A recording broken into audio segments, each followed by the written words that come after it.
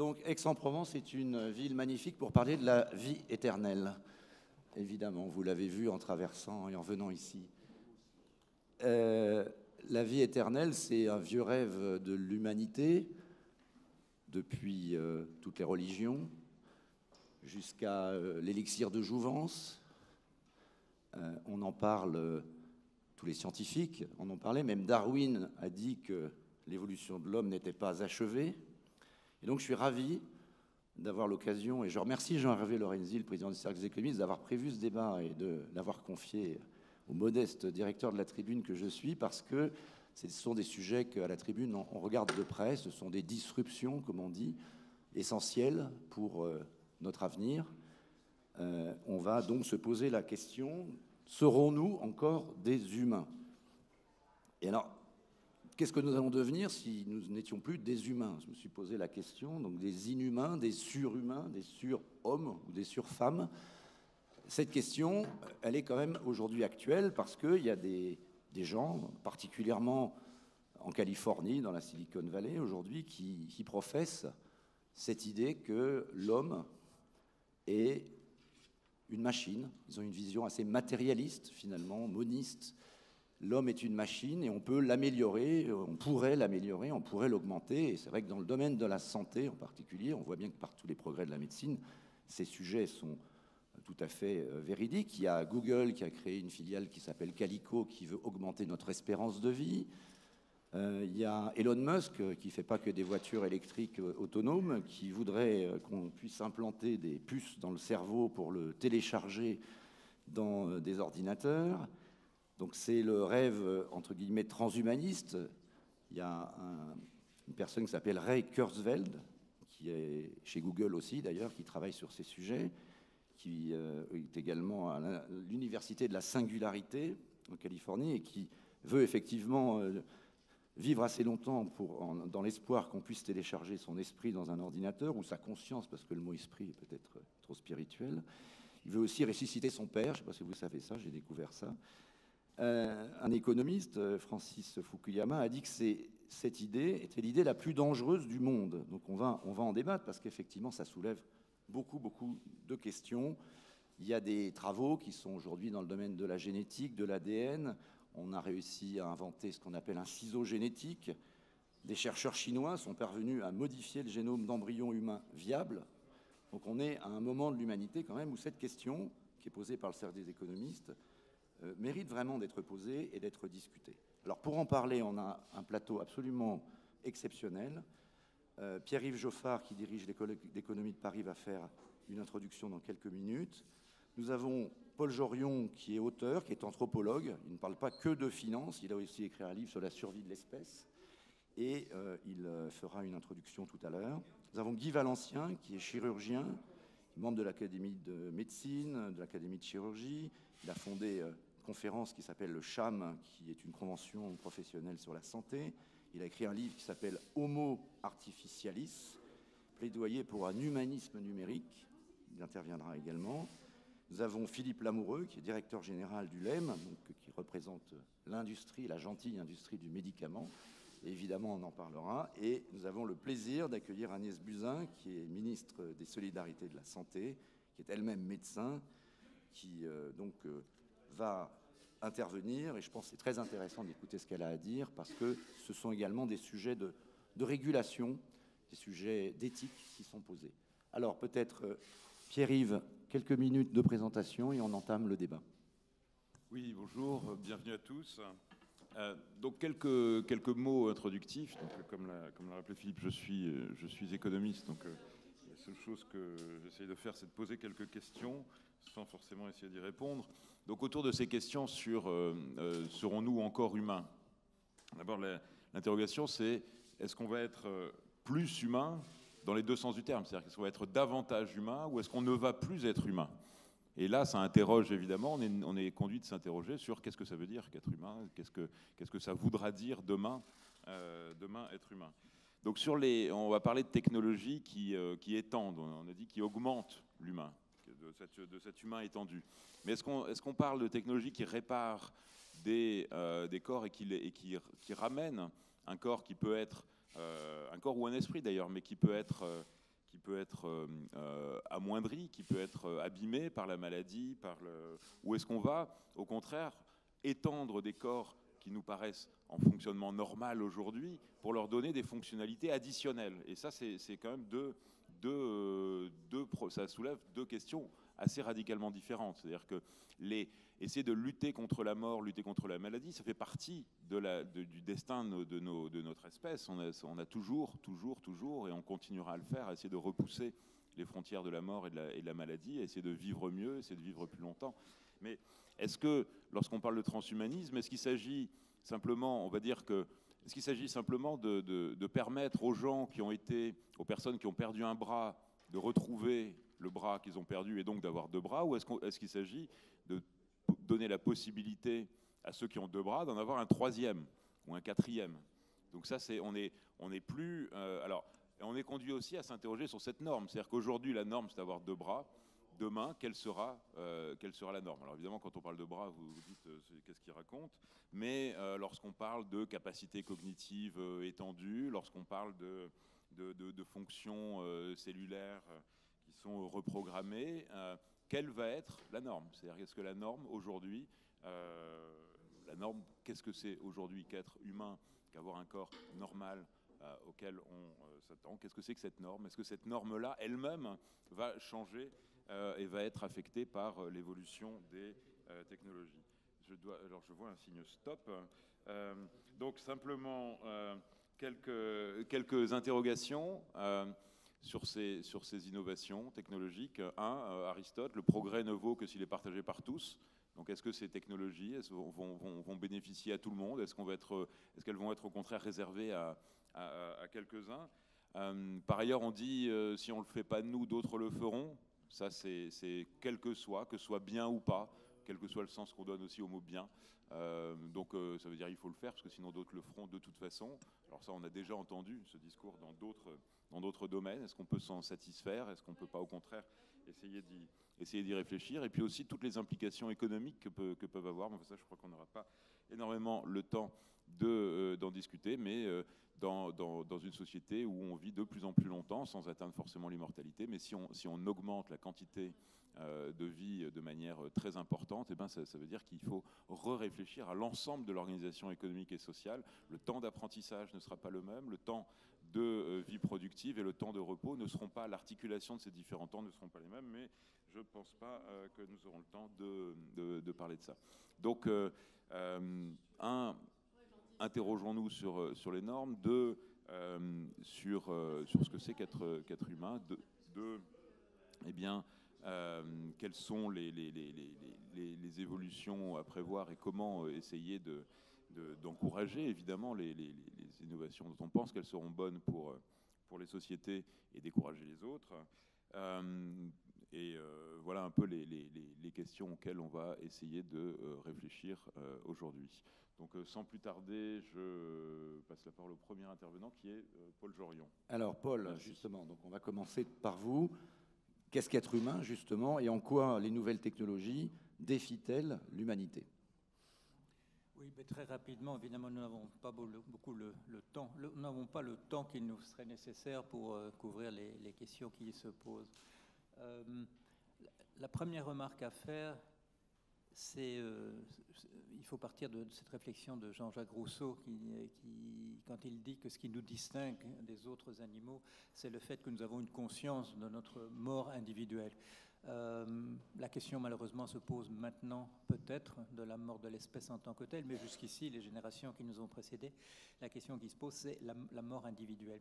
Alors, nous n'avons pas, en tant qu'espèce, trouvé une réponse vraiment satisfaisante et surtout pas une réponse unifiée. Il n'y a que la Chine à proprement parler qui a créé une civilisation où les gens s'accommodent du fait qu'ils mourront un jour et se perçoivent, je dirais, sans projection nécessaire dans un autre monde. D'autres cultures, comme la nôtre, ont trouvé comme solution de dire que la mortalité individuelle est en fait une illusion parce que le problème sera résolu par une immortalité dans un autre monde. Donc, différentes approches possibles. Mais Une interrogation qui est celle que l'enfant découvre: nous allons mourir un jour en tant qu'individu, même si c'est dans un avenir qui paraît assez éloigné. Donc jusqu'ici, c'est sur le plan purement intellectuel que nous avons essayé de résoudre cette question. Et là, se dessine depuis quelque temps, depuis quelques années, depuis quelques dizaines d'années, la possibilité peut-être de résoudre sur un plan purement technique la question de la mortalité individuelle, c'est-à-dire de la supprimer. Alors, il y a un courant particulier, effectivement, on a cité le nom déjà, le transhumanisme, qui nous dit la chose suivante: si nous percevons un manque de signification, un manque de sens général à notre vie, c'est du fait de cette mortalité individuelle. Et nous allons résoudre ce problème techniquement, et la vie prendra un sens par rapport à cette immortalité qui sera la nôtre. C'est une approche possible. À mon sens, il y a une naïveté sur le plan justement de la réflexion. Le manque de sens, il est dans le monde, selon moi, comme un donné, et le fait de vivre éternellement ne sera pas la solution. Mais comme la solution technique apparaît possible, il faut que nous envisagions ses conséquences. Alors, une petite remarque en passant: nous n'avons pas, en tant qu'espèce, créer un contexte dans lequel un contrôle de l'innovation a véritablement lieu. Il y a ici et là des conseils d'éthique qui jugent telle et telle question, mais ils ne sont pas unifiés sur un plan international, et cela a déjà été dit tout à l'heure. Des choses que nous refuserons peut-être de faire, la Chine décidera peut-être de les faire, et donc elles se feront, elles deviendront disponibles. Alors, autre trait de notre espèce: quand une innovation est là, eh bien, il suffit qu'il y ait quelqu'un pour l'acheter, pour qu'un marché se crée et pour que l'innovation devienne disponible. Et malheureusement, dans nos sociétés, quand une objection morale fondamentale se pose à propos d'une question et qu'un conseil d'éthique éventuellement décide qu'on ne mettra pas en application, ne mettra pas en œuvre une nouvelle invention, il y a du côté des ministères de la Défense, il y a du côté des armées des raisons de défense nationale, ou parfois je dirais d'offensive nationale, qui font que des innovations seront faites de toute manière. Et nous le savons, nous le répétons aux enfants des écoles, les grandes inventions sont faites en temps de guerre et se répandent ensuite dans la population civile par la suite. Et c'est ce que nous constatons en ce moment. Si nous ne voulons pas faire quelque chose parce que ça nous paraît critiquable sur le plan éthique, assurez-vous que la DARPA aux États-Unis, en particulier, mais c'est le cas de d'autres ministères de la Défense ailleurs, finance des recherches dans ce sens de toute manière, et que peut-être à longue échéance, peut-être pas immédiatement, ces inventions se répandront dans la population. Donc, obstacle de fait, une innovation se répand nécessairement du fait des différences nationales, du fait que les marchés ont un certain type de considération et que les armées en ont une autre. Je termine tout de suite parce que ces questions, c'est bien entendu interminables. On y reviendra dans le débat, ne vous inquiétez pas. Voilà, deux petits points simplement en conclusion. La question qui se pose à nous de la connexion possible ou non d'artifices, de membres artificiels, d'implantation de puces dans les cerveaux, la question de la connexion ou non de ces choses avec le fonctionnement tel que nous sommes. L'idée du cyborg, c'est une idée de la science-fiction, mais il n'est pas sûr que ce soit réalisable dans tous les cas. L'immortalité, la question se pose à nous: est-ce que nous devons essayer de la mettre en place, de la faire fonctionner, de la faire apparaître, ou est-ce que c'est quelque chose, ce sera toujours peut-être la poursuite intellectuelle de quelques excentriques, et nous aurons peut-être dans l'avenir une population avec les gens normaux qui meurent naturellement et quelques excentriques ici ou là sur une île de Polynésie qui s'efforcent de vivre éternellement. Merci. Merci Paul. Je vous propose une chose, vous applaudirez à la fin, parce que ça sera bien sûr remarquable. Guy Valencien, je vous montre la une de Time. Elle date d'il y a quelques années, 2013 je crois. 2045, The Year Man Becomes Immortal, avec une présentation à la Matrix. En même temps, vous êtes médecin, vous savez bien qu'il y a une barrière naturelle, 120 ans, Jeanne Calment, enfin... cette barrière naturelle paraît quand même difficile à dépasser. Donc qu'est-ce qu'on peut penser, qu'est-ce que disent les scientifiques, les médecins sur cette question de la recherche de l'augmentation de l'espérance de vie? Est-ce que les technologies actuelles permettent effectivement de guérir de maladies qui, aujourd'hui, sont mortelles. Oui, oui, bien sûr, mais ça fait un moment. Heureusement que la médecine a une certaine puissance, sinon on serait voué aux gémonies. Non, ce qui se passe, la vraie question est celle-là. Autant tous les progrès scientifiques doivent être mis en place et acceptés pour réparer l'homme, la femme ou l'enfant blessé, handicapé, malformé ou malade, autant je m'oppose totalement à l'augmentation de ce qu'on appelle l'homme sain. Pour des raisons très simples, c'est que pour l'instant, quand on voit ce qui se passe dans le monde, nous sommes sous la coupe d'un capitalisme cognitif hyper puissant, où les plateformistes, ce qu'on appelle les GAFA, que vous connaissez bien, ou les Baxt en Chine, les Baidu, Alibaba, Tencent, Xiaomi, sont là à vous regarder. Moi, à l'âge que j'ai, malheureusement, quand je tape sur Internet, je me retrouve toujours avec des pubs pour obsèques, des baignoires sans porte, avec porte, des fauteuils roulants et des escalators d'intérieur. Je commence à en avoir marre, parce qu'on me surveille, on m'épie au quotidien. Et quand je vois que certains voudraient qu'on nous connecte dans un cloud rose éthéré, je ne sais où, je vois ce que donneront les hackers. Et je vois qu'on nous poussera à faire des choses qu'on ne veut pas faire. Je refuse absolument l'augmentation de l'homme sain, alors que j'accepte, et sans principe de précaution, vous avez le droit d'applaudir. Et sans principe de précaution aucun, que la recherche poursuit pour aider celles et ceux qui pourraient obtenir plus de liberté et d'autonomie dans leur vie. Voilà la réalité. Mais nous sommes face à des fous. Mais sachez-le bien, la quasi-totalité des patrons de la Silicon Valley sont des transhumanistes invétérés. Et quand Mark Zuckerberg, le patron de Facebook, le fondateur de Facebook, vous dit que dans 2100, il aura éradiqué les maladies, on est dans le délire. Alors bien sûr que ça fait rêver, mais c'est un mensonge horrible, parce que c'est faux, totalement faux. Donc on embarque les gens dans une espèce de rêve incroyable.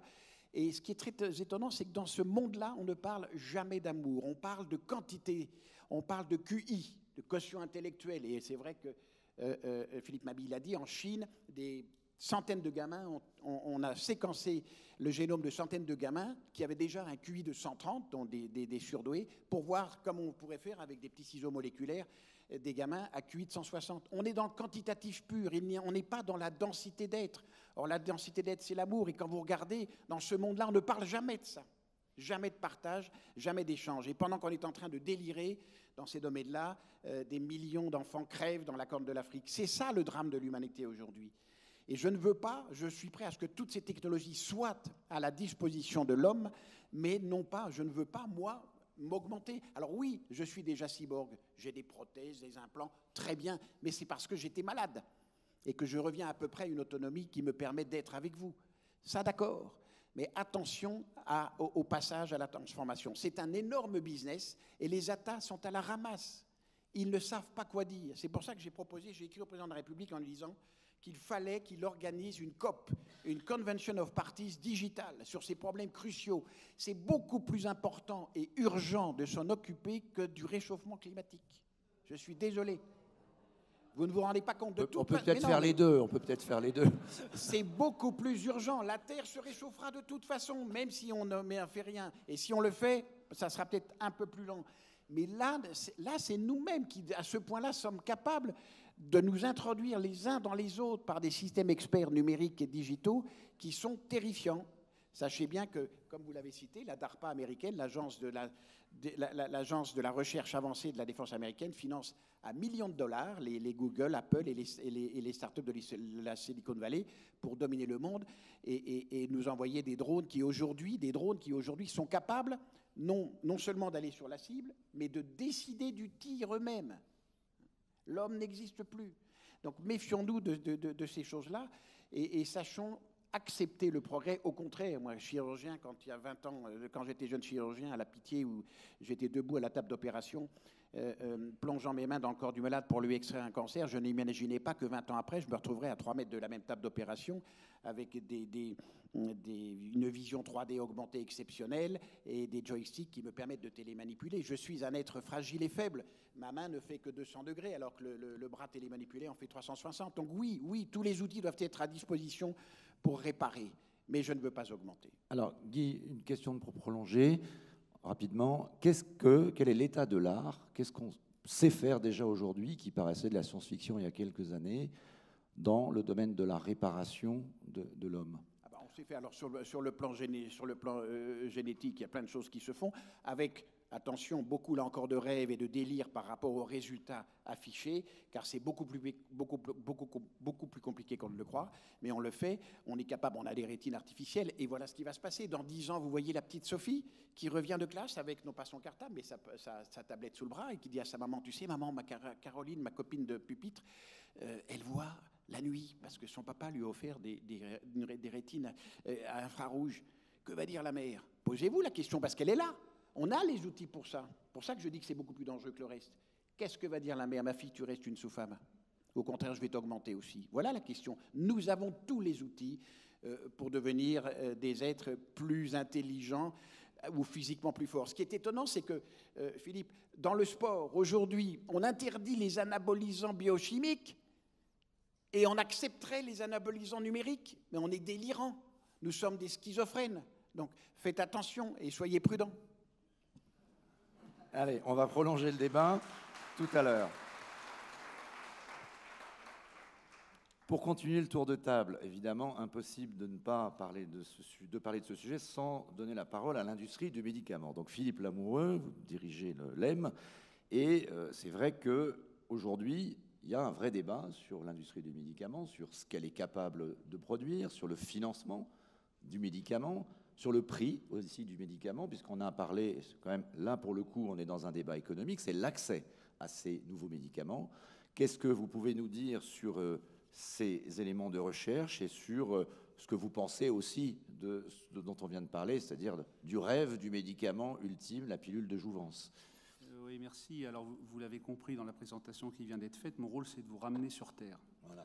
Donc, effectivement, quand on écoute ce qu'on vient d'entendre, on se dit que le transhumanisme, c'est même pas demain, c'est aujourd'hui. Vous parliez de Kurzweil, on peut aussi parler, je regardais ce que disait par exemple un prof anglais de cybernétique, Ken Warwick, qui lui nous promet la télépathie à portée de puces implantées dans le cerveau pour 2020, et qui nous promet toute une liste de bouleversements. En 2030, les imprimantes 3D seront utilisées dans les hôpitaux pour imprimer des organes humains. En 2032, des nanorobots, c'est très précis, 2032, apporteront des substances nutritives aux cellules humaines et joueront les aspirateurs de déchets. Ils pourront scanner le cerveau sous toutes ses coutures, ce qui permettra d'en comprendre le fonctionnement et de pouvoir enfin soigner des maladies comme Alzheimer et Parkinson.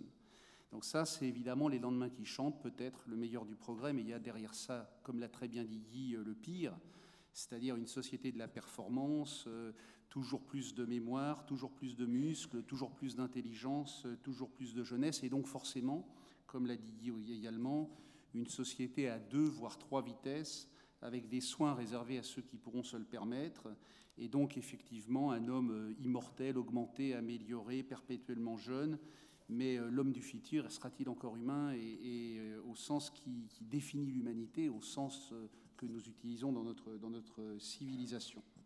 Ce sont des questions qui n'ont pas été envisagées par les philosophes classiques, et ça nous ouvre ce débat sur la trans ou la post-humanité. Mais malheureusement ou heureusement, et pour revenir à votre question, et je vous en laisse juge, pour le moment, nous sommes des êtres humains de 2017. Et nous sommes toujours confrontés au cancer, au diabète, aux infections, à la dépression, etc., etc. Et c'est vrai que quand on regarde le paysage actuel, et c'était le sens de votre question, nous sommes effectivement en face de magnifiques avancées thérapeutiques avec des sauts disruptifs dont on mesure aujourd'hui l'ampleur. L'immunothérapie révolutionne le traitement des cancers, nous en parlions tout à l'heure avec Madame la Ministre. Les médicaments sont pratiquement réalisés sur mesure en fonction du profil génétique du malade. Les nouveaux antiviraux révolutionnent la prise en charge du sida, guérissent l'hépatite C, les vaccins s'attaquent à la dengue, s'attaquent aux zoonoses, et donc c'est un paysage qui se transforme. Il impacte nos modes de collaboration, il impacte nos modes de partenariat. C'est un monde qui est en train de s'ouvrir devant nous et que nous découvrons. Évidemment, et c'est le dernier aspect de votre question, tout ceci a un prix, le prix du progrès. Où placer le curseur? Comment procéder à une redéfinition de la solidarité? Je ne perds pas de vue que le thème de ces journées, c'est évidemment l'économie. Et donc, est-ce que ce progrès va mettre en cause la soutenabilité de notre système, de nos systèmes de protection sociale? Il y a deux analyses qui s'opposent. D'un côté, les Cassandres qui prédisent la dégradation inéluctable de notre système de santé et les menaces rémanentes sur l'égalité d'accès aux soins. Et puis de l'autre côté, je donnerai les droits d'auteur à qui de droit, je dirais les constructifs optimistes, dont je fais partie, qui voient plutôt dans le progrès thérapeutique une formidable opportunité de développement, d'efficience et de modernisation du secteur de la santé. Et en réalité, moi, ce qui me préoccupe, c'est qu'on est en face d'une vague d'innovation qui correspond à peu près aujourd'hui à ce qu'a représenté la Renaissance dans l'évolution de l'histoire de l'art.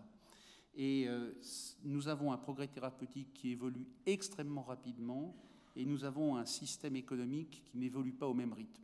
Et cette discordance des rythmes, elle va nous poser une difficulté, parce qu'effectivement, nous avons un système de santé qui ne restitue pas les gains d'efficience, qui ne s'adapte pas suffisamment rapidement. Et donc l'avenir, c'est peut-être le transhumanisme, c'est peut-être le progrès technique, mais c'est aussi l'adaptation de nos systèmes économiques pour faire face à ces enjeux. Donc plus de souplesse, plus d'agilité.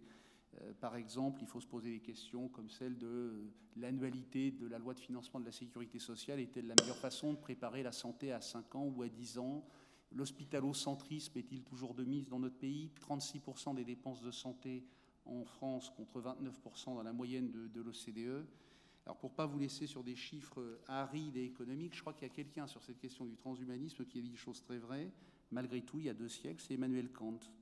Kant disait « Agis de telle sorte que le principe de ton action puisse être érigé en norme universelle ».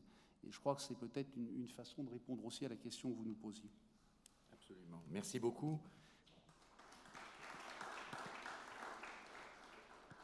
Alors, Madame la Ministre, donc peut-être vous demander de réagir dans un premier temps, puis on va débattre, puis si on a un peu de temps avec la salle. Peut-être citer, vous connaissez tous Aldous Huxley, qui a écrit Le meilleur des mondes, où on sélectionne de façon génétique et dans des espèces de, je ne sais pas quoi, enfin, dans des incubateurs, on pourrait dire, des hommes ou des femmes en fonction de leur fonction. Mais vous connaissez peut-être pas son frère, Julian Huxley, qui était biologiste et qui, en 1957, a donné la première définition du mot, c'est le premier, d'après ce que j'ai trouvé en tout cas, à utiliser le mot transhumanisme. Et il disait, c'est un homme, une femme, un homme qui reste un homme, mais se transcende lui-même en déployant de nouveaux possibles de et pour sa nature humaine. C'est-à-dire qu'effectivement, il y a quand même une vision assez matérialiste, on l'a dit, d'un homme-machine qu'on peut augmenter. Qu'est-ce que la ministre de la Santé et des Solidarités pense de tout cela? Et aussi, peut-être, vous posez la question, elle a été évoquée, est-ce qu'il faut, parce qu'on voit bien, c'est comme la finance, soit on a une agence internationale qui régule ce qui se fait, sinon on se doute bien que soit des militaires, soit certains pays le font et le feront, et on a parlé de la Chine. Il y a un vrai problème, effectivement, là, de régulation mondiale, de fixer des limites avant qu'il ne soit trop tard. Merci de la question. Par rapport à la question que vous posez sur le transhumanisme, c'est vrai qu'on a l'impression que dans cette définition, on a oublié ce qu'était un homme.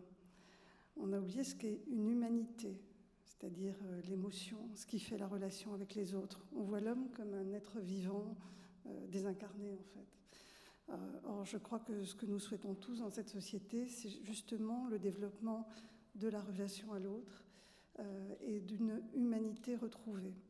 Donc, j'ai l'impression que ces gens sont sur une voie parallèle aux espérances de la majorité des jeunes qui sont en quête de sens et en quête d'humanité et pas en quête d'un transhumanisme ou d'une vie prolongée.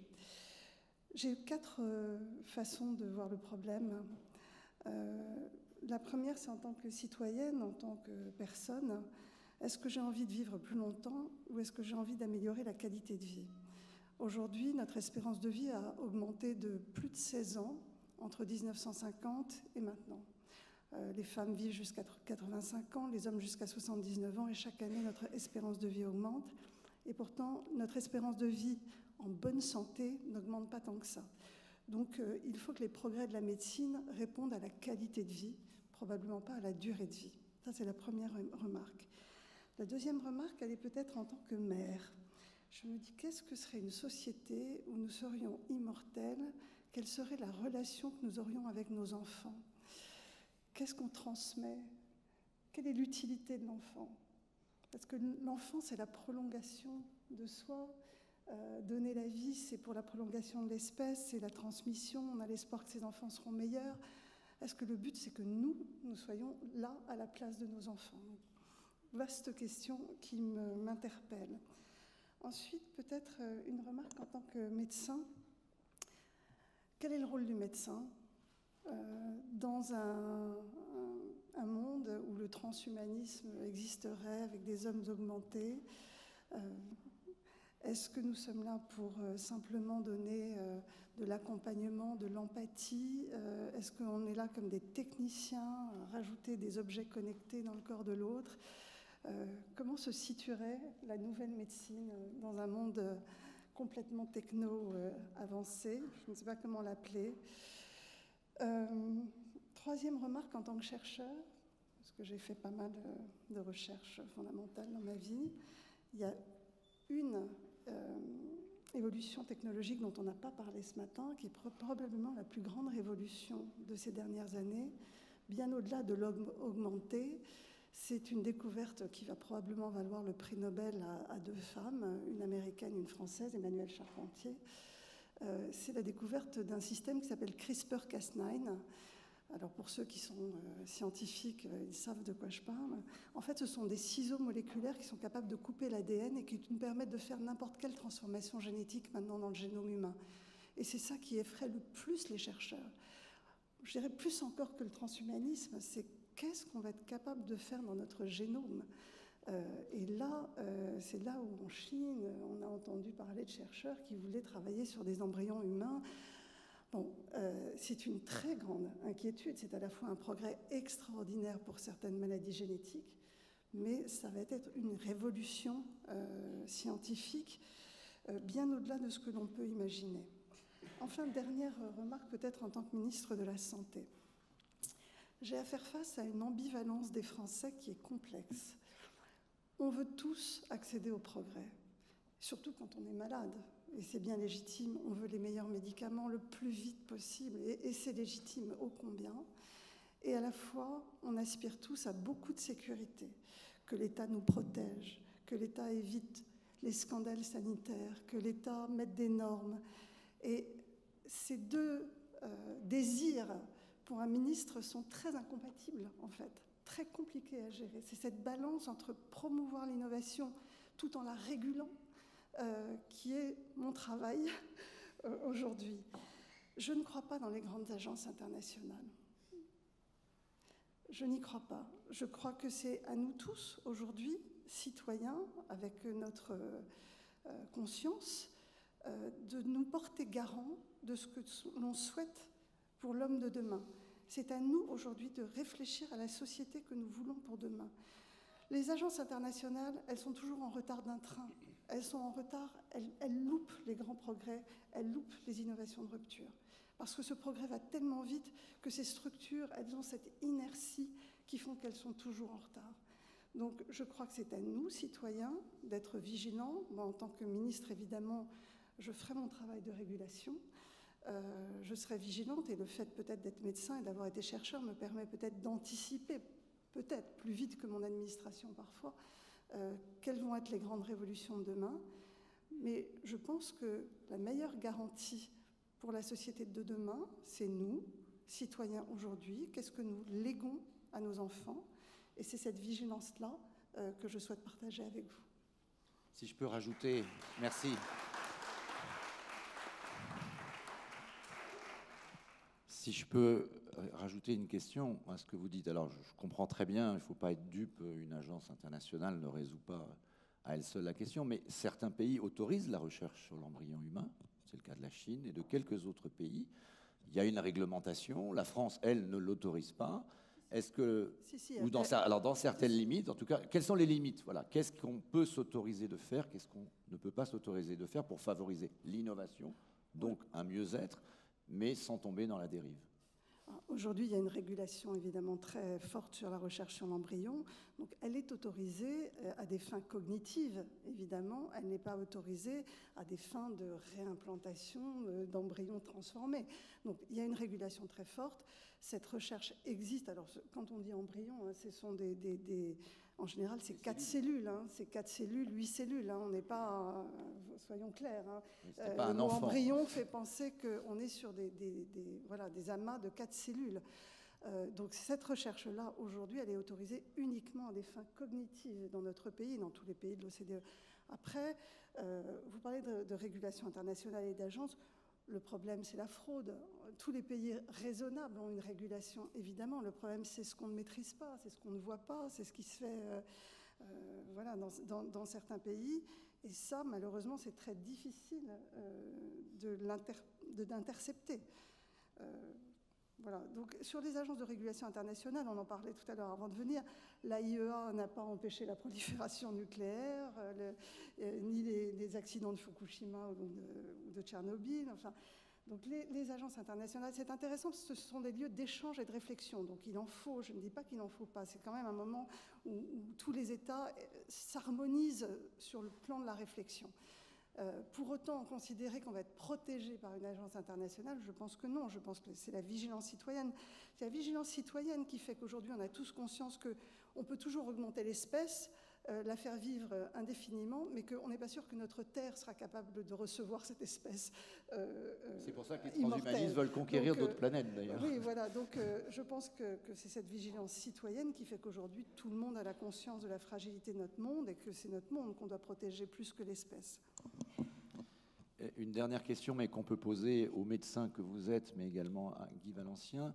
Vous avez posé la question, qu'est-ce que va devenir le médecin? Et c'est un vrai sujet, pas seulement à cause de ces technologies-là, mais des progrès de l'informatique. IBM Watson, aujourd'hui, est un support tel que dans la recherche, notamment pour tout ce qui concerne le cancer, il est aujourd'hui bien plus capable d'apporter des réponses à des questions qu'aujourd'hui aucun médecin, même le meilleur soit-il, serait capable d'analyser. Donc peut-être Guy, pour reprendre la parole là-dessus, sur l'évolution du médecin. Moi, je vais être aidé par l'ordinateur. Mon savoir est de plus en plus partagé par tout le monde et il est dans la boîte. Et on a le même accès à la connaissance qu'on soit malade ou médecin. Donc c'est l'ordinateur qui va m'aider. C'est lui qui de plus en plus fera le diagnostic, allant chercher des hypothèses rares auxquelles je ne pense pas moi-même. Et sur le plan de l'agir, c'est la même chose. De plus en plus, la machine va me remplacer. Alors que me restera-t-il, comme disait Jacques Dutronc, et moi, 700 millions de Chinois, c'était il y a 40 ans, ils sont 1,3 milliard. Mais et moi, que vais-je devenir? Je vais revenir à l'essentiel de mon métier, qui est celui de la relation humaine et de la consultation lente. Le plus beau, même étant chirurgien, c'est quand le malade, à la fin de la consultation, vous dit « Et docteur, si c'était vous ?» Donc, il vous demande « Faites pour moi ce que vous feriez pour vous ». C'est donc l'expérience qui va me rester. Ce n'est plus le savoir ni l'agir. Et ça, les petits carabins ne sont pas rodés à ça. Et mes copains doyens n'ont pas encore compris cette histoire-là. On continue à faire des études extrêmement longues avec des matières qui n'ont plus aucun intérêt. Alors qu'on devrait s'occuper beaucoup de psychologie, d'empathie, de communication et de savoir-faire, de savoir-être ensemble. Philippe, allez-y, oui, je vous en prie. Pour compléter sur l'intelligence artificielle, moi je vois certains écrits de certains médecins français sur le fait que l'intelligence artificielle va remplacer le médecin. Moi, je pense, comme Guy Valencien, que ça n'est absolument pas le cas. Quand est apparu le premier appareil de radiologie où on voyait à l'intérieur du corps humain, la radio n'a pas remplacé l'examen clinique ou elle a transformé la médecine, l'exercice médical, mais comme un outil. De la même façon, l'intelligence artificielle qui va nous permettre d'être plus intelligents dans nos diagnostics, dans nos pronostics, elle va ouvrir d'autres champs à la médecine. Elle va être un outil de plus pour le médecin, elle ne va pas remplacer le médecin. Parce que ce qui fait le médecin, c'est aussi sa capacité de capter auprès du malade ses désirs, ses besoins, le contexte. Et je pense que ça transformera l'exercice médical comme la biologie, la radiologie l'ont transformé. Ce sera un outil de plus, mais je ne pense pas que ça remplacera la médecine. Une question qui me vient à l'esprit, Simone Veil, qui a été ministre de la Santé et de la Solidarité, a été une ministre qui évidemment, a fait faire un certain nombre de progrès, non seulement de la société, de changement, changer aussi. Il y a un moment, est-ce que la médecine est prête, est-ce que la société est prête à accepter un certain nombre de changements? Ça a été le cas dans le cas de Simone Veil, puisqu'elle a forcé des changements qui n'étaient pas forcément mûrs dans les esprits à l'époque, mais qui aujourd'hui sont acceptés. Donc il y a un décalage entre l'état d'une société et l'état de la science. Qu'est-ce que vous dites, alors, si on se projette dans l'avenir, parce que si on sait que ces progrès vont arriver, et ils vont arriver, il va falloir préparer la société à ces changements. Peut-être Paul, et on peut débattre de cette question. En tant qu'anthropologue, j'ai un peu tendance à résister au discours qui se tient depuis une quarantaine d'années et qui nous dit qu'il n'y a que les individus et que la collection des individus constitue la société et que si l'on augmente notre liberté individuelle et notre responsabilité individuelle, tout va être résolu automatiquement. Alors un regard sur les sociétés, historiquement et dans l'espace, montre qu'il y a toujours à l'intérieur des sociétés une dialectique entre les individus et les structures existantes qui sont des institutions, qui peuvent être la religion, qui peuvent être le système de droit, etc. Alors je mettrai un peu en garde contre le risque d'imaginer que le pouvoir du citoyen en tant que tel, et bien sûr le citoyen doit être conscient, doit exiger des choses, mais qu'il peut résoudre tous les problèmes simplement par, je dirais, par un désir qui émergerait de l'ensemble de ce que nous sommes tous. Il y a effectivement un courant dans la société qui dit qu'en faisant cela, tout va changer. Je ne pense pas, parce qu'il y a des institutions qui sont assez immuables. Par exemple, le fonctionnement de nos sociétés, bien davantage que par l'influence des constitutions, est défini par des règles comptables qui nous disent que telle et telle personne va recevoir tel type d'argent et telle autre pas. Et ce sont des systèmes qui sont en dehors du pouvoir de décision du citoyen. Ce sont des organismes privés qui décident de cela. Donc il faut faire un peu attention. Et au-dessus des institutions, on a tendance à parler de l'intelligence artificielle. L'intelligence artificielle, c'est quelque chose en fait qui est destiné à disparaître. Chaque fois qu'une technique dite d'intelligence artificielle est introduite, par exemple dans un smartphone, on cesse de parler d'intelligence artificielle, on parle simplement de l'informatique. Mais l'informatique est en train d'être une troisième instance par rapport aux citoyens, aux institutions, parce que nous confions de fait, pas nécessairement de l'intelligence artificielle, mais à l'informatique en tant que telle, nous confions des décisions de plus en plus. Les grands systèmes économiques ne sont plus calculés avec des règles à calculer, ni même avec des calculettes. Ce sont des systèmes, ce sont des bases de données qui décident de ça. Les machines à faire du diagnostic, ce sont essentiellement des grandes bases de données, etc. C'est une question de puissance de calcul, de rapidité de calcul, et cela nous dépasse. C'est un peu anecdotique quand on nous dit, oui, une firme japonaise a nommé un ordinateur, un robot dans son conseil d'administration. Mais ça, je dirais, c'est l'aspect gimmick. Mais dans la réalité, oui, la machine est en train, et pas simplement de nous compléter, elle nous remplace aussi, et particulièrement dans le domaine du travail, dans des tas de postes où il y a 10 ans, on nous disait, vous verrez, la machine collaborera avec l'être humain. En fait, l'humain a disparu de fait, et nous n'avons pas, je dirais, de grand pouvoir là-dessus. C'est l'économie, c'est le marché, c'est la logique du profit qui fait que l'individu n'est pas rentable, l'individu humain n'est pas rentable par rapport à la machine. Il y a des robots qui font un très bon boulot, qui coûtent 20 000 euros. C'est l'équivalent je crois, de 18 mois de la personne qui est remplacée. Cette logique-là va faire que, sinon l'intelligence artificielle, l'informatique va dominer de plus en plus notre monde, avec un pouvoir pour nous, comme citoyens, de décider ce qui va se faire ou non, qui est quasiment nul en réalité. Philippe Lamoureux. Pour répondre à la question du rôle du médecin, je crois qu'on va surtout vers une interpénétration des disciplines et que demain, il faudra mixer des compétences de médecins, d'ingénieurs. Et j'adhère assez à ce que dit Guy sur la dimension le rôle de médiation du médecin qui n'est peut-être pas suffisamment aujourd'hui appris et développé dans les cursus de formation.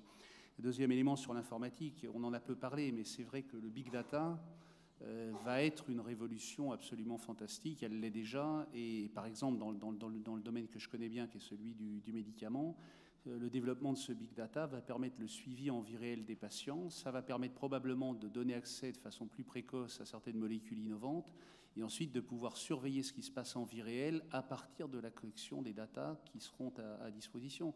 Donc c'est un outil fantastique pour ouvrir de nouvelles pistes de recherche, mais également pour développer des études en vie réelle, pour voir ce qui se passe en pharmacovigilance, pour voir ce qui se passe au plan de l'apport du médicament à l'innovation thérapeutique.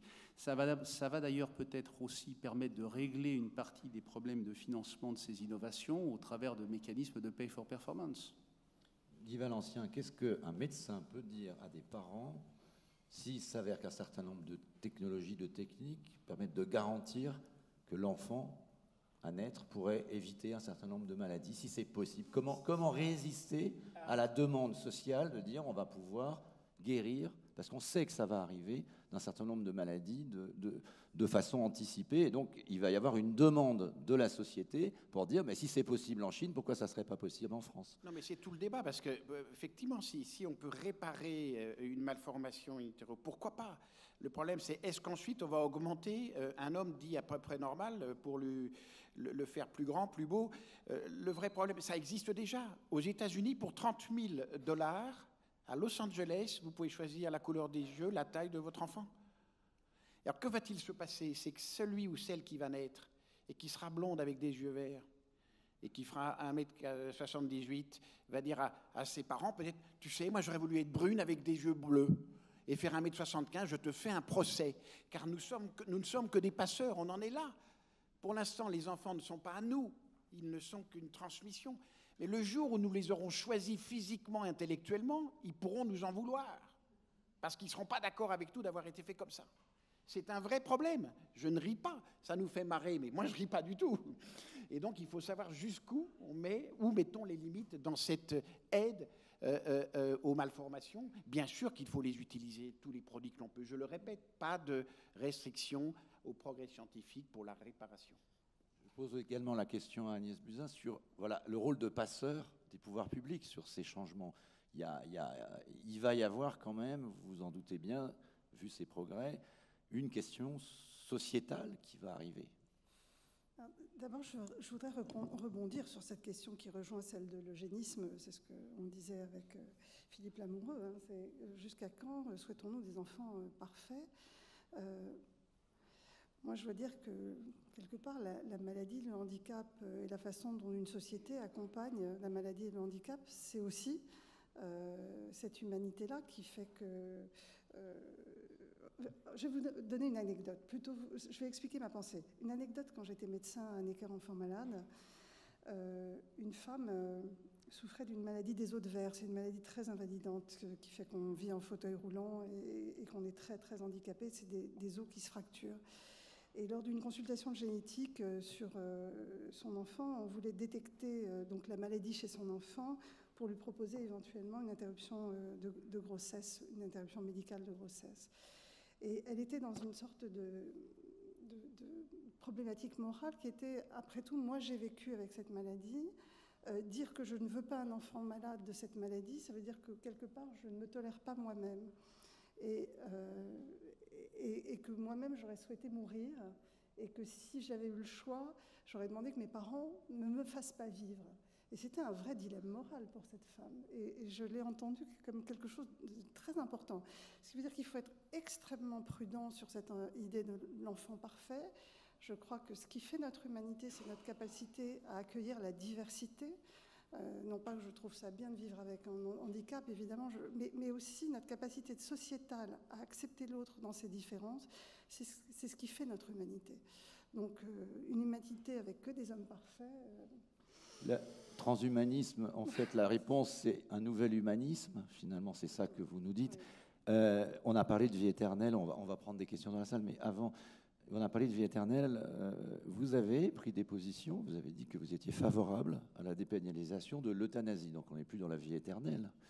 Vous avez pris des positions, enfin je crois avoir vu que vous avez accepté que ce débat ait lieu dans la société. Qu'est-ce qu'on en dit aujourd'hui? D'abord, il y a énormément de choses sur les blogs. Alors si c'est faux, c'était une fake news, je retire la fake news. Que pensez-vous du débat sur la dépénalisation de l'euthanasie? En l'occurrence, moi je pense que la loi Claes-Leonetti, qui permet la sédation prolongée pour les patients en fin de vie, douloureux, etc., est une excellente loi.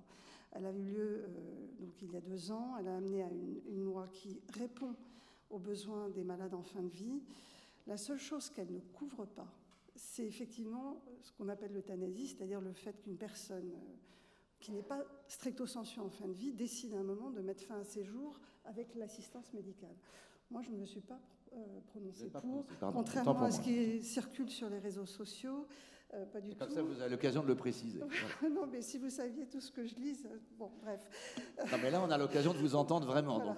Donc, vous dites, non, il je faut trouve que regarder. la loi Claes-Leonetti a répondu à une vraie problématique des médecins qui font de la cancérologie notamment, qui sont des malades qui souffrent énormément en fin de vie, et permet une sédation profonde et prolongée, un apaisement, un accompagnement digne de ces personnes.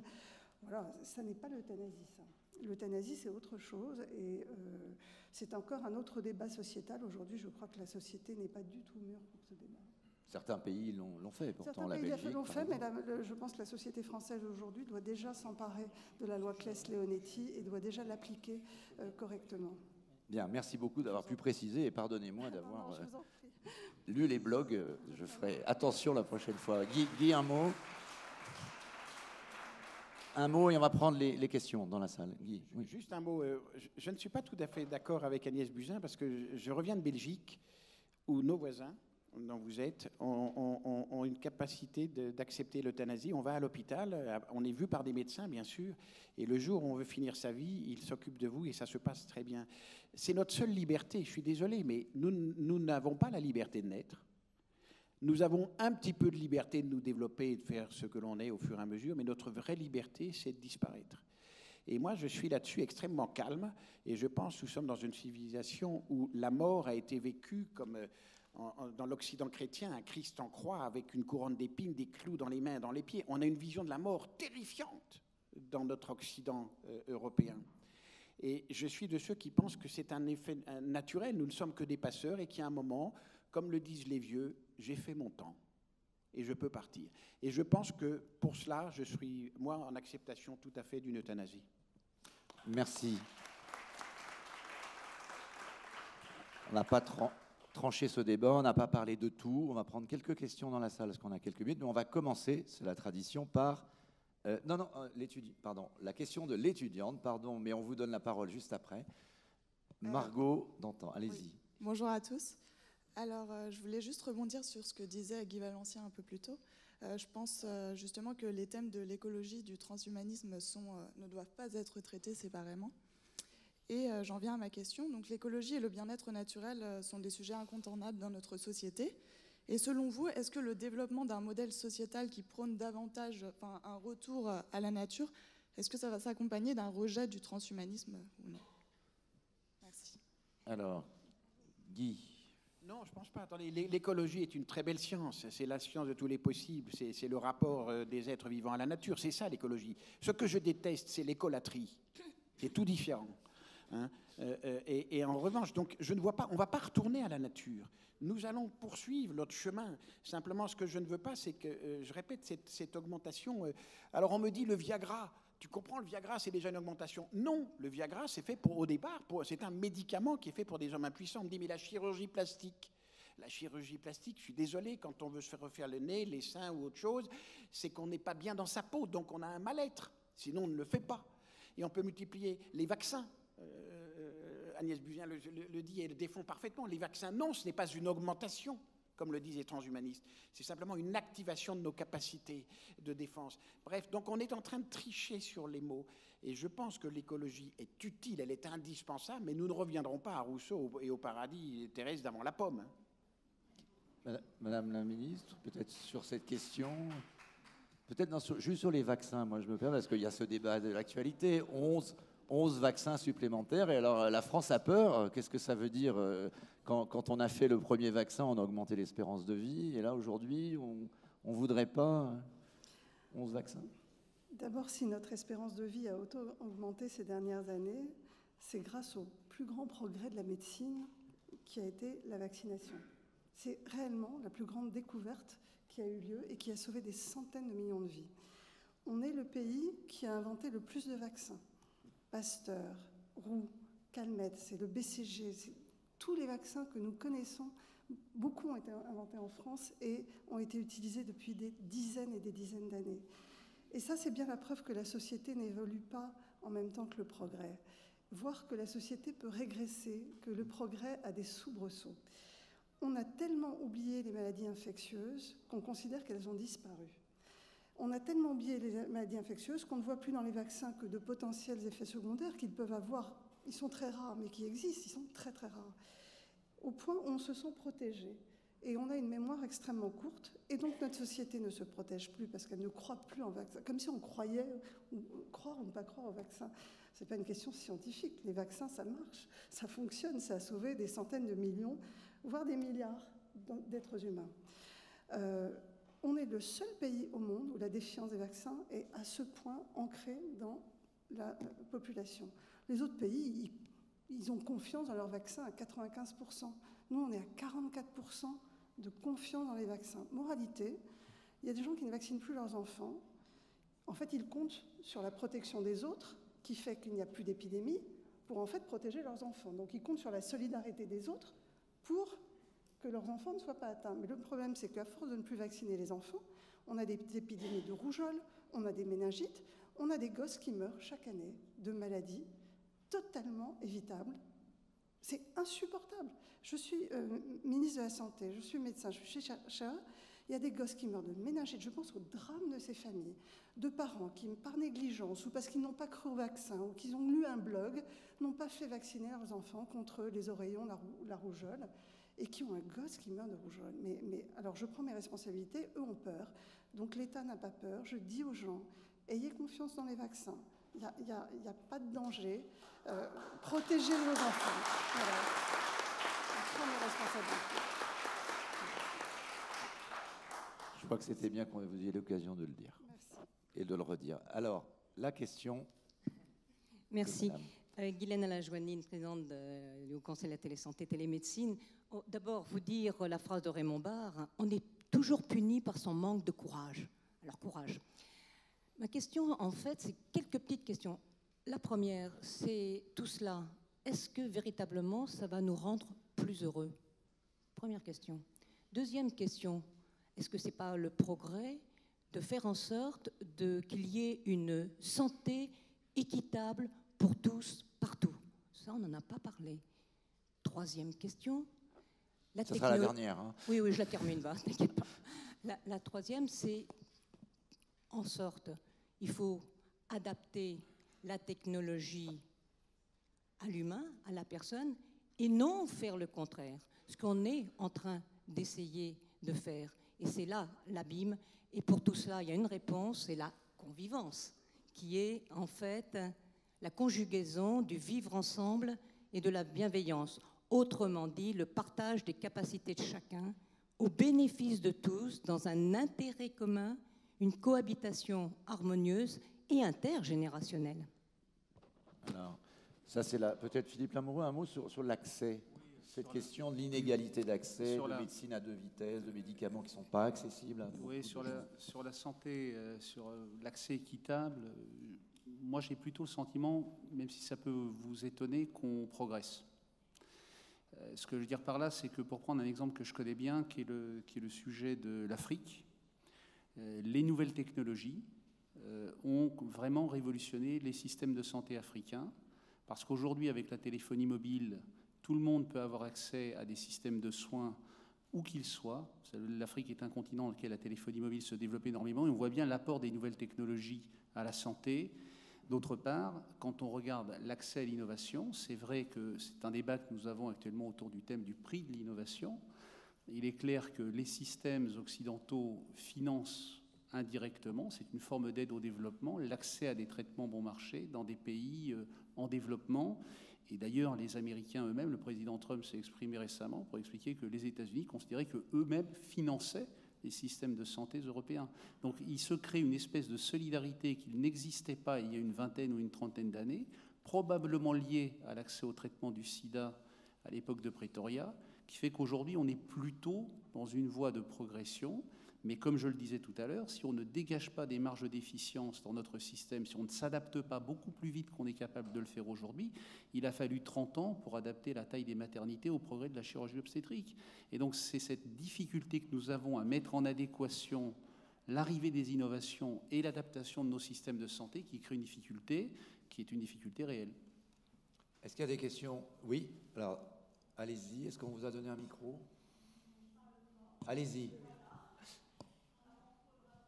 Merci de vous présenter, pardon.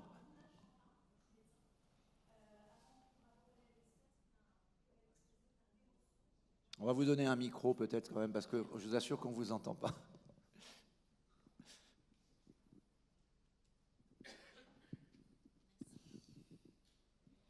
Avant tout, Moumouna Champin, donc je le répète, je suis médecin.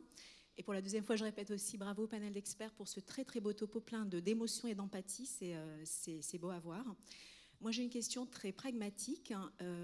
On parle beaucoup effectivement de génomique, vous en avez parlé, beaucoup de modalités finalement, les essais cliniques ont beaucoup tendance à évoluer en tenant compte effectivement de la génomique, du big data. Or aujourd'hui on est confronté finalement à d'une part le développement de nouveaux médicaments pour nos patients, et des modalités d'accès qui ne suivent malheureusement pas en termes d'accès finalement de ces innovations pour les patients. Donc moi ma question c'est comment faire finalement pour, entre le débat qu'on a eu aujourd'hui sur le transhumanisme et l'accès simple, pragmatique pour nos patients aux innovations thérapeutiques, vous avez parlé tout à l'heure de l'immunothérapie mais pas que, comment faire finalement pour trouver un juste milieu et que conformément aux États-Unis, conformément à nos autres collègues européens, dès qu'un médicament a son AMM, il puisse être effectivement disponible pour nos patients. Voilà. Y compris les médicaments les plus chers. Alors. Merci madame. Peut-être, je ne suis pas sûre de comprendre en fait, parce que la réalité c'est qu'aujourd'hui, notre système de santé garantit l'accès aux médicaments pour tous. Tous, y compris les plus vulnérables, y compris les gens à la CMU. En fait, tout le monde accède aux médicaments dans notre système de soins à partir du moment où il est remboursé. Ce qui peut prendre du temps, c'est entre le moment où le médicament est autorisé et le moment où il est remboursé. Ça peut prendre 1 an. Mais quand un médicament est très utile et qu'il est repéré comme très utile, il y a un système qui s'appelle les ATU, l'autorisation temporaire d'utilisation, qui permet au médicament, avant son remboursement, d'être accessible aux équipes. Donc, en théorie, la France est très innovante et probablement un des pays les plus innovants pour l'accessibilité aux médicaments de façon très précoce. Et je tiens à rassurer tout le monde aujourd'hui, 100% des Français ont accès aux médicaments les plus chers. Il n'y a aucune barrière. Donc pour l'instant, ce débat sur le prix du médicament, il est pour la soutenabilité de notre système à terme, mais pour l'instant, il n'y a pas de médecine à 2 vitesses dans notre pays en termes d'accès aux médicaments, y compris coûteux. Moi, je me porterai garante de cette équité d'accès. Je l'ai profondément ancrée en moi. Voilà, j'ai fait de la greffe de moelle dans ma vie et c'était la thérapeutique la plus chère. Une greffe de moelle, c'était plus de 1 million de francs à l'époque. Et je me souviens qu'on greffait tout le monde, y compris les SDF, parce que c'est ça la médecine française. Bravo. Peut-être un mot, et ensuite on va conclure, un mot de Philippe Lamoureux sur cette histoire du financement de l'innovation. C'est quand même un vrai sujet, le prix du médicament. Il faut à la fois faire de la recherche, ça coûte très cher, trouver de nouveaux médicaments, et la question de la transmission vers une médecine. Et la France a une position qui est peut-être particulière par rapport aux États-Unis, cette accessibilité à tous. En 2 mots, si vous regardez les choses d'une façon macroéconomique, pardon de faire un petit peu d'économie, mais après tout, on est au journée d'Aix. Aix-en-Provence, c'est autorisé. Voilà. Donc, si on fait un petit peu de macroéconomie, je voudrais rappeler que l'enveloppe des dépenses de produits de santé est stable depuis 6 ans en France. Ce qui veut dire que nous avons absorbé le choc des traitements de l'hépatite C et le choc des nouveaux anticancéreux à moyen constant. Nous sommes d'ailleurs le seul pays d'Europe à n'avoir pas connu de croissance économique, alors que tous nos voisins ont renoué avec la croissance. Donc au plan macroéconomique, comme l'a dit Agnès Buzyn, la situation a été gérée rétrospectivement sur les 5 ou 6 dernières années. Ce n'est pas pour autant que le sujet ne va pas se poser dans les années qui viennent, notamment parce qu'on va voir arriver, ça fait partie des grandes innovations du moment, ce qu'on appelle des combothérapies, c'est-à-dire des combinaisons de molécules chères, notamment dans le domaine du cancer, et nous devons adresser ce sujet. La difficulté, c'est que là aussi, on est en face d'un oxymore, hein, c'est-à-dire qu'on nous reproche l'opacité du système et sa complexité, alors qu'en réalité, L'avenir est probablement à la diversification des outils de prise en charge de ces innovations. Il va falloir faire preuve d'imagination. Il va falloir, par exemple, développer des systèmes, je l'ai dit tout à l'heure, de pay for performance. Il va falloir développer, pourquoi pas, des systèmes de tarification par indication. Il va falloir imaginer des systèmes de remise glissante. C'est vrai que quand vous prenez des traitements comme les traitements de l'hépatite C, vous avez un coût énorme pour le système de santé, mais qui est concentré sur 3 ans et qui fait disparaître une pathologie. Donc est-ce qu'on ne peut pas étaler la prise en charge de ces traitements sur plusieurs années? Donc il faut vraiment qu'on se penche avec les pouvoirs publics sur la rénovation de nos systèmes pour pouvoir faire face à ces innovations. Merci. On va prendre la dernière question. Désolé, ça sera la dernière et ensuite on va conclure. Donc Catherine Oulès, alors je travaille dans une banque, mais je suis aussi mère de 3 enfants. Donc moi, je voulais savoir s'il n'y avait pas une problématique quand on vous écoute, du fait qu'à force d'avoir créé toutes ces institutions et régulations, etc., quelque part, les individus ou les citoyens se sont dédouanés ou désinvestis finalement de ces problématiques. Est-ce qu'il ne faudrait pas trouver le moyen que les individus ou les citoyens puissent être plus actifs dans ce débat? Et la deuxième chose, ça rejoint un peu l'histoire de l'homme augmenté. La question, est-ce que c'est pas finalement comme les surdoués qui finalement ont une maturité affective trop petite par rapport à leur capacité intellectuelle? Est-ce qu'au lieu de vouloir toujours réguler la partie et le progrès scientifique, est-ce qu'on ne devrait pas réfléchir à augmenter finalement la maturité affective, travailler sur les aspects humains, l'aspect humaniste, et de ce fait, quelque part, arriver à des hommes qui sont effectivement plus évolués? Merci. Oui. Paul Jorion, et puis après on conclut. Sur cette question-là, on a utilisé cette phrase tout à l'heure de dire que malheureusement le progrès moral de l'homme ne suit pas son progrès technologique. Et quand on dit cela, on attire l'attention sur le fait que le développement technologique a une certaine dynamique et qu'elle est indépendante d'une évolution dans le sens qu'on souhaiterait de la nature humaine. Et là, je crois qu'il faudrait que, dans le sens de ce que vous dites, il faudrait que nous intégrions une fois pour toutes le fait que la chose qui nous caractérise, en tout cas comme animal par rapport à d'autres, bon, j'ai parlé tout à l'heure du fait que nous sommes conscients de notre mort, mais c'est aussi que nous sommes des génies sur le plan technologique. C'est une chose que nous avons su faire et que là, nous sommes absolument remarquables, mais que nous n'avons pas véritablement intégré cela dans une représentation de nous-mêmes. On emploie encore toujours le terme d'artificiel. On considère que c'est quelque chose en plus qui ne serait pas naturel. On oppose le mot artificiel à naturel, les technologies que nous utilisons. Il faut, et ça c'est peut-être, je dirais, bien sûr, le transhumanisme, il y a plein de gens qui sont absolument délirants, qui nous en parlent, mais il faut retenir une dimension là, c'est que nous devons avoir une certaine fierté d'être capables de nous modifier et de changer le monde comme nous l'avons fait. Mais il faut que nous reprenions le pouvoir, effectivement, en tant que citoyens, sur le sens vers lequel ça va aller. Parce que sinon, nous verrons que nous pouvons tous refuser ici l'homme augmenté, mais que le soldat augmenté aura lieu nécessairement. Merci. La prochaine table ronde commence à se manifester à la porte, donc nous concluons avec Pierre-Yves Geoffard. Votre rapport d'étonnement, est-ce qu'on a bien découpé le sujet? Qu'est-ce qu'on peut dire en conclusion en 1 minute? Oui, alors 1 minute.